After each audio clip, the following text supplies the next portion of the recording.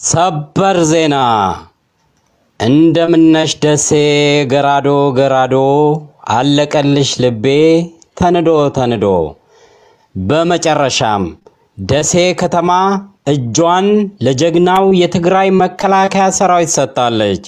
የፋሺስቱ የኢትዮጵያ መንግስት ወታደሮች በደረሰባቸው መብረቃዊ ጥቃት ከፍተኛ ኪሳራ መከናነባቸውም ታውቋል።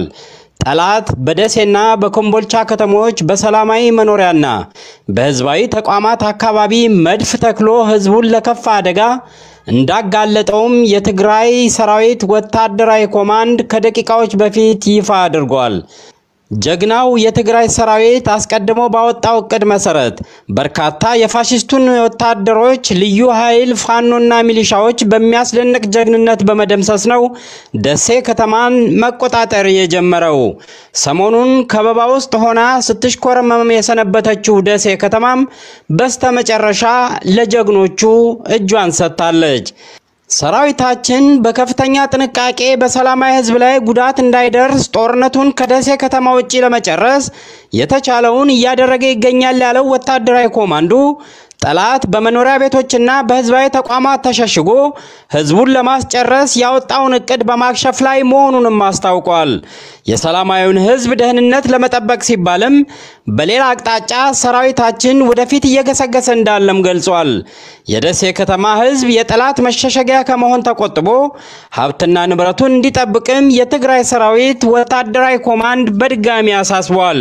ይህ በእንዲህ እንዳለ ጠላት እንደ ደሴ ሁሉ በተመሳሳይ በኮምቦልቻ ከተማ መኖሪያ ቤቶች መካከል መድፎችን በመትከል በህዝቡ ደህንነት ላይ ከፍተኛ ጋሬጣ መደቀኑም ታውቋል።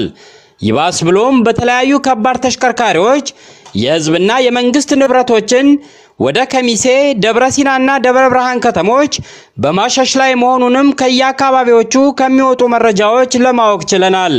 የትግራይ ሰራዊት በፍጹም ወኔና ጀግንነት በአጭር ጊዜ ውስጥ ደሴና ኮምቦልቻን ሙሉ በሙሉ የመቆጣጠር ወታደራዊና ስነልቦናዊ የበላይነትና ብቃት እንዳለውም ተረጋግጧል። የጠላት አየር ኃይል በመቀለ ከተማና በተለያዩ የትግራይ ከተሞች በሚገኙ ንጹሃን ዜጎች ላይ እየፈጸመ ያለው የአየር ጥቃትን ካሁን በኋላ እንደማይታገስም የትግራይ ሰራዊት ወታደራዊ ኮማንድ ማስጠንቀቁ የሚታወስ ነው።